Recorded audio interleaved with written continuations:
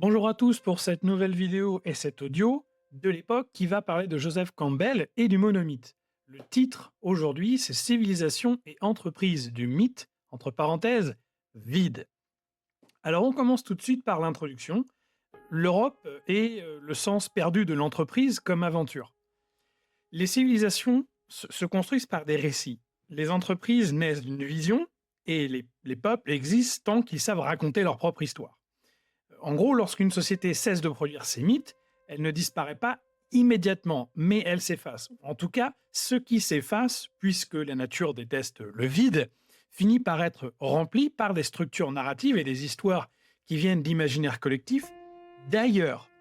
C'est ce qui se passe en France où l'imaginaire collectif a été progressivement remplacé par un imaginaire collectif américanisé qui est aujourd'hui pleinement installé dans la culture française et européenne de manière générale. Donc, l'entreprise, dans son acception originelle, signifie se lancer dans l'aventure. Le mot entreprise et le mot aventure, l'origine vient du vieux français, donc c'est la même chose. Partir à l'aventure et une entreprise, c'est la même chose au sens du travail qu'on va faire aujourd'hui, donc c'est une petite essentialisation sur laquelle on va se reposer. On notera que le mot entreprise, c'est le mot de vaisseau, donc au sens de vaisseau, de bateau. Dans l'histoire, il y a eu beaucoup de bateaux qui s'appelaient Enterprise, et puis c'est aussi le cas dans Star Trek, un nombre de séries et de films assez connus, notamment aux États-Unis, où au sens protestant du terme, Enterprise, c'est un vaisseau dans lequel on part à l'aventure, dans lequel on est pionnier. Donc là, on rentre encore une fois dans la mythification du pionnier américain. Donc, on le voit, l'entreprise et l'aventure, ça implique un objectif, un chemin périlleux et une ascension rendue possible par ceux qui osent s'engager dans l'aventure. Donc aujourd'hui, on reprend ces thèmes-là dans la conquête sportive, la conquête de l'espace, la conquête artistique, la conquête des affaires, politiques et ainsi de suite. Donc partout où il y a challenge, il y a dépassement de soi. Là où il y a dépassement de soi, il y a transformation, et qui dit transformation, dans le mythe campbellien, donc de Joseph Campbell, dans le monomythe, on revient transformé d'une série d'épreuves dans laquelle nous avons rencontré adversité et personne, et on en revient transformé pour partager le résultat et l'essence de savoir, la philosophie, la sagesse, les pouvoirs qui nous ont été appris lors de cette aventure avec nos amis, notre famille, notre nation. Donc, certaines nations ont conservé cette vision, où l'individu peut s'élever à travers l'épreuve. La France, l'Europe en particulier, l'a abandonné. L'épopée a été remplacée par des comportements gestionnaires. Donc, en gros, nos élites aujourd'hui ont tous des profils de gestionnaires. L'élévation individuelle ou même l'élévation collective est, si vous voulez, remplacée par une méfiance, hein, et puis la grandeur est remplacée par la prudence. C'est pas une question économique, c'est pas une question de comportement économique, mais c'est une question de narration. Donc, le mythe du héros. Joseph Campbell, dans le monomythe, il fait un travail sur le mythe du héros, la structure universelle, selon lui, des sociétés puissantes. Donc, Joseph Campbell, il fait un travail qui est plutôt ethnocentrique dans le sens où il considère de son piédestal, de son époque, de sa biographie à lui, que il y a une transversale narrative dans tous les mythes humains. C'est un rapport évidemment qui est faux, mais qui a le mérite de mettre en lumière des schémas narratifs qui s'avèrent être globalement corrects, donc pas sur les aspects de détail, mais sur les aspects fondamentaux, notamment sur le schéma suivant. Donc, l'individu reçoit un appel, il traverse une série d'épreuves et il en ressort transformé. On retrouve ce modèle dans toutes les grandes épopées modernes et très anciennes, et dans des civilisations qui sont éloignées dans le temps les unes des autres et géographiquement. Donc, Paris, dans la guerre de Troie, il accepte son destin et se jette dans un combat perdu d'avance parce que il doit répondre à son devoir. Moïse, il conduit son peuple à travers le désert. Il sait qu'il y a la traversée du désert. On parlera aussi d'autres mythes bibliques comme le chemin de Damas, porter sa croix, etc. Donc il y a un dépassement de soi à faire à travers l'épreuve, porter sur son dos quelque chose qui nous dépasse pour justifier en partie la souffrance qui va procéder du travail qu'on va fournir. Ulysse, qui endure l'exil avant de retrouver son foyer. Donc cette structure est également, elle est omniprésente dans la littérature et le cinéma moderne. On va le voir. Et on va apporter des critiques aussi par rapport à ça. Le Seigneur des Anneaux, Tolkien, dans les années 50, Frodon, il accepte l'anneau, il porte un poids qui n'est pas le sien parce qu'il a compris les enjeux. Il sait qu'il est capable par nature de porter l'anneau sans être corrompu. Il va traverser l'épreuve, il va en ressortir changé. Héroïne dans le Rohan, fille du roi, bien que non attendue sur le champ de bataille, elle forge son destin, abat le laquais de l'ennemi suprême, donc elle sort de son rôle simplement de régente et de protectrice pour devenir guerrière. Donc l'individu qui s'accomplit à travers la transcendance. Elle est en état de transcendance, elle sait qu'elle a besoin d'aller au-delà de ce qui est attendu d'elle pour s'accomplir et au final devenir plus que ce qu'elle est déjà à travers sa mise en danger puisqu'elle est en ligne de front. Gandalf, qui meurt et renaît, il devient Gandalf le Blanc, il incarne le sacrifice nécessaire à la quête. On remarquera aussi que dans Le Seigneur des Anneaux, il perd la mémoire quand il devient Gandalf le Blanc, c'est-à-dire que son individualité, si vous voulez, le dépasse, sa quête le dépasse complètement. Son individu disparaît puisqu'il perd la mémoire, mais il revient avec, dans sa nouvelle incarnation, le même objectif de servir la Terre du Milieu. On a Dune aussi avec Frank Herbert qui va reprendre tous ces grands mythes impériaux autour de Paul Atreides qui, contraint à l'exil, endure l'apprentissage avant de prendre le pouvoir après un certain nombre d'épreuves et de mise en condition du pouvoir avec les Fremen, donc il va devoir côtoyer pour apprendre d'eux. Et puis on va parler évidemment de George Lucas et de Star Wars, qui a grossièrement pompé la quasi-totalité de son travail artistique sur Jean Giraud, donc Möbius, un créateur, illustrateur fantastique français qui nous a quittés il y a une dizaine d'années, qui a littéralement inondé le monde d'un imaginaire qui a été repris par George Lucas pour faire Star Wars, donc la quasi-totalité de la cause artistique de Star Wars, la diégèse, la direction artistique ont été copiées sur lui, et la totalité des personnages de l'univers de Star Wars sont des copiés-collés du monomythe de Joseph Campbell, Luke Skywalker, qui triomphe en refusant la facilité avec sa sœur jumelle, et puis Anakin Skywalker, qui représente en fait l'échec, celui qui refuse la souffrance, cède au confort, qui devient Dark Vador, donc un héros qui renonce à l'épreuve, et qui confond souffrance et épreuve,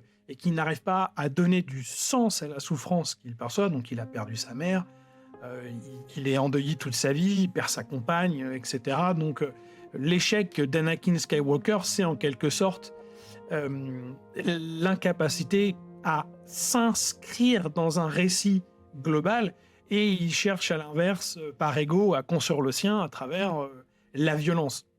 Donc on voit bien la place de la souffrance dans le récit Star Warsien, si je peux m'exprimer ainsi.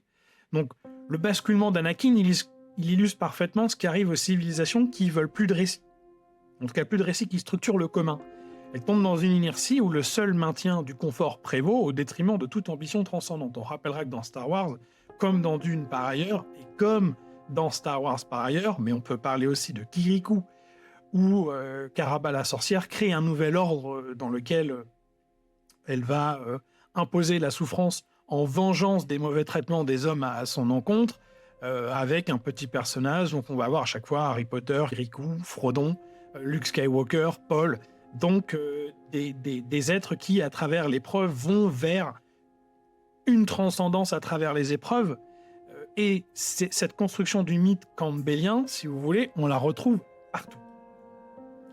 Donc les civilisations qui dominent racontent toujours leur propre histoire. Certaines puissances continuent aujourd'hui de s'appuyer sur un cadre narratif qui justifie l'effort et la grandeur en tant que moteur de dépassement individuel et collectif. Donc on va le voir, l'Inde, imprégnée de ces textes anciens, le brahmisme, les cultes védiques et aujourd'hui l'hindouisme, valorise le savoir, ce qu'ils appellent l'éther dans leur culture, et l'exil initiatique.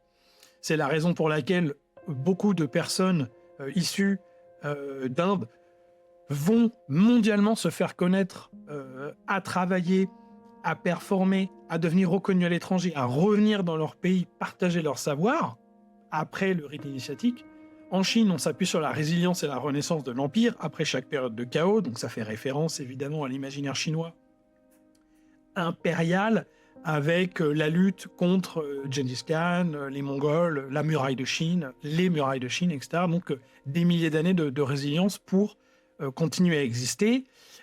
La Russie qui, depuis sa création, glorifie l'épreuve et le sacrifice, ce qui explique les comportements, toujours le déversoir à chair à canon dans les guerres successives que la Russie a pu connaître. Donc cette capacité à revenir et à recréer des ressources vitales dans l'épreuve et le sacrifice. Et les États-Unis, nation plus moderne, largement catholique et protestante, qui ont intégré le mythe du héros campbellien dans leur construction culturelle de manière quasi complète.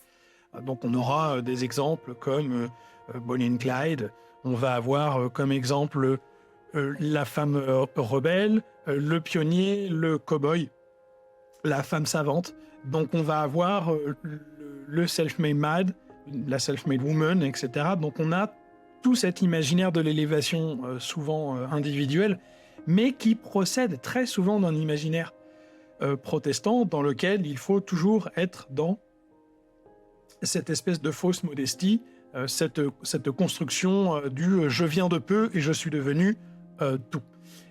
En attendant, l'Europe, elle, depuis la fin, donc en fait la première moitié du XXe siècle, au contraire, elle n'imprime plus son propre récit.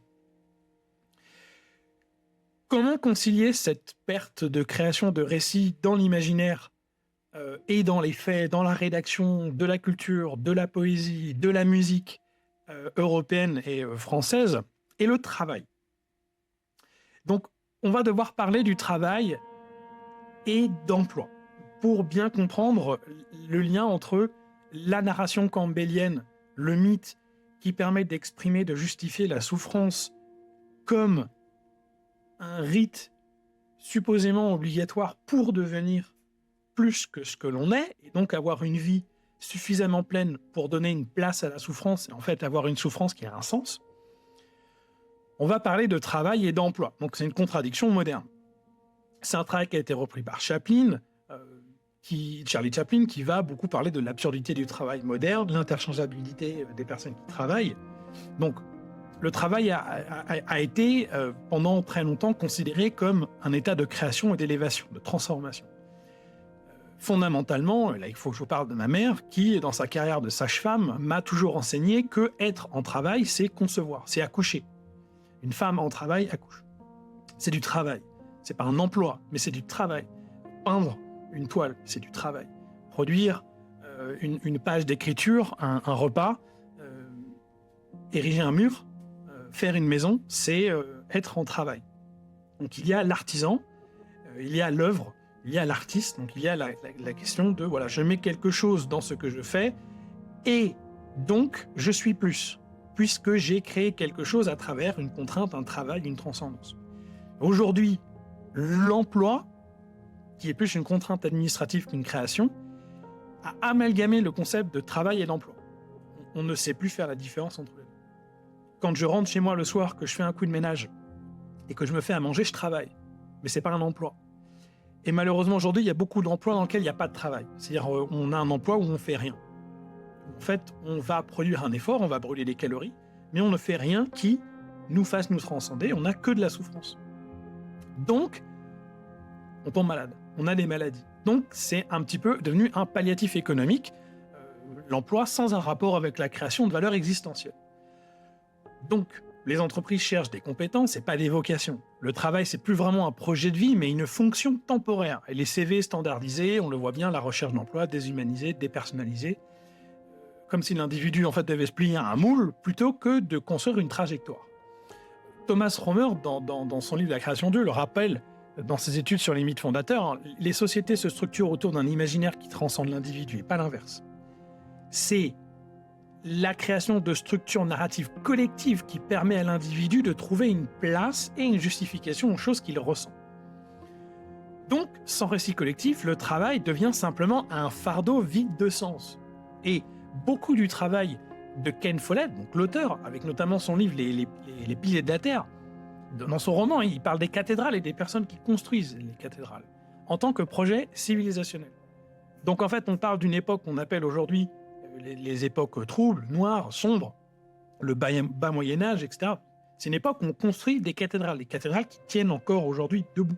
Et on le voit, elles sont enluminées, elles sont peintes, des vitraux magnifiques, de la lumière, etc. Donc en fait, c'était des cathédrales dont l'existence allait durer dans le temps, dans le millier d'années. Et donc l'individu, en apportant sa pierre à l'édifice, littéralement, devient plus que ce qu'il n'est. Il devient artisan de la création d'une œuvre qui va rester dans le temps. Donc l'œuvre le dépassant, lui-même se dépasse, en quelque sorte. On retrouve un peu de cet esprit dans la reconstruction de Notre-Dame, où on a bien vu avec les Compagnons du Devoir, qui portent en partie cette idéologie du travail qui nous dépasse, notamment autour du travail de la lumière et de la pierre, donc les vitraux et la pierre, dans laquelle on sait qu'on va faire un travail qui va porter une émotion ressentie par les humains qui vont eux-mêmes aller dans la cathédrale, prier, se recueillir ou tout simplement admirer. Donc, aujourd'hui, qu'est-ce qui dépasse l'individu ? C'est passer ta commande sur Amazon en attendant ton paquet. En fait, c'est quoi ? C'est quoi l'horizon indépassable ? C'est attendre la prochaine musique sur Spotify, attendre la fin de la pub sur YouTube. C'est quoi en fait ? Donc en fait, dans la civilisation de l'ennui, où on a des distractions permanentes, qu'est-ce qui fait que l'individu, au travail, dans sa vie personnelle, sentimentale, artistique, sexuelle, va arriver à trouver autre chose que simplement une souffrance dont il n'arrive pas à trouver l'origine, ni même de justification. C'est la raison pour laquelle au travail, on a l'invasion du bien-être, le placebo du vide existentiel. L'obsession du bien-être en entreprise, c'est pas une amélioration des conditions de travail. Les conditions de travail, quand elles doivent être améliorées, elles peuvent être améliorées.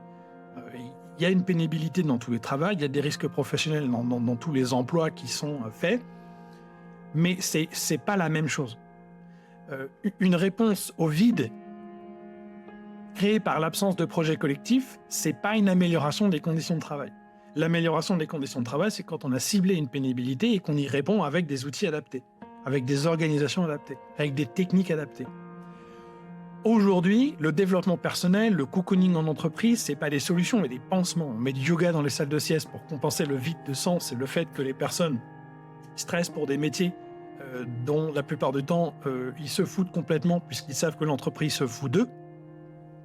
On met des formations en soft skills parce que les gens trouvent plus de raison d'être là. Donc en fait, la théâtralisation permanente, la novlangue du travail leur permet d'avoir la sensation d'être à la page d'un livre dont ils sont même pas les auteurs, ils sont tout simplement des personnages complètement annexes. Donc on leur demande de parler de bonheur au travail parce que le travail n'a pas de but. Donc en fait, c'est un piège puisqu'on demande aux gens d'être heureux un petit peu comme une injonction professionnelle. Ils disent ouais, dis donc, pourquoi t'es pas heureux au travail ? T'as fait une semaine de QVT. C'est du bullshit. Donc le problème, c'est pas le manque de bien-être, c'est le problème d'absence de quête, d'épreuve et de transcendance, de possibilité de transcendance. Une société, une entreprise, un groupe, un sous-groupe, un méga-sous-groupe, ce que vous voulez, qui ne reconnaît plus la souffrance comme un élément fondateur, ne peut pas produire autre chose qu'un climat d'ennui généralisé.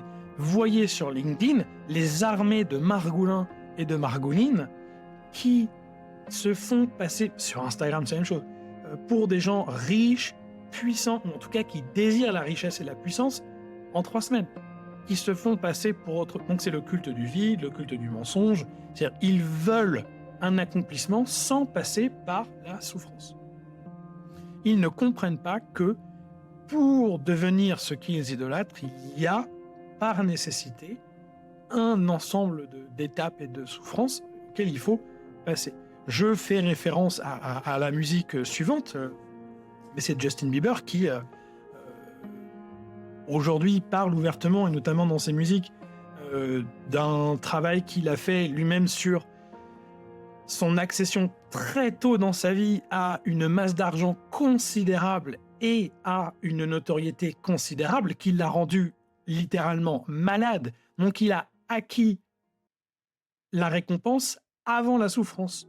Donc, il explique le problème qui est lié à ça. C'est qu'il a un vide existentiel extraordinaire parce qu'il a tout et a la sensation d'avoir fait très peu proportionnellement à ce qu'il a.